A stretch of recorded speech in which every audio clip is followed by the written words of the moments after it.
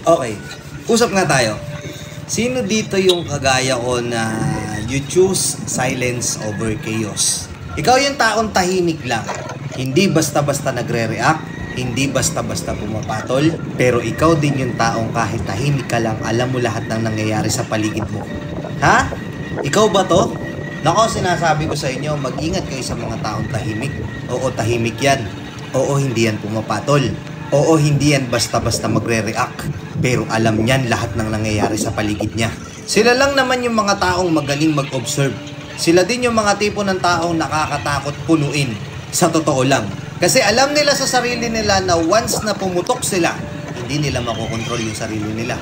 Kaya hanggat maaari mas pinipili niyang manahimik, mas pinipili niyang mag-isip. Yung iba kasi sasabihin, ang KJ mo naman, hindi ka pumapatol.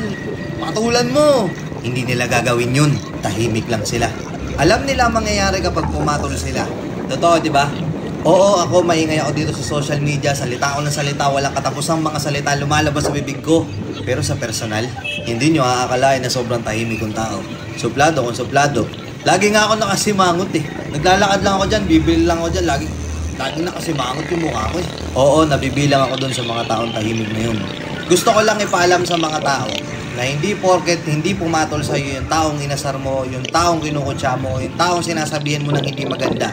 Porket hindi pumatol sa iyo yan, takot na sa iyo yan, naduwag na sa iyo yan, porket tahimik yan. Kasi ang totoo, mas natatakot sila sa sarili nila. Natatakot sila na baka hindi nila makontrol yung mga pwede nilang magawa kapag napuno sila. Totoo, di ba? Sino dito yung mga ganon? Alam kong marami sa inyo mga nanonood dito na ganong klase. Totoo to mga sinasabi ko, di ba? You choose silence over chaos, and that's a fact.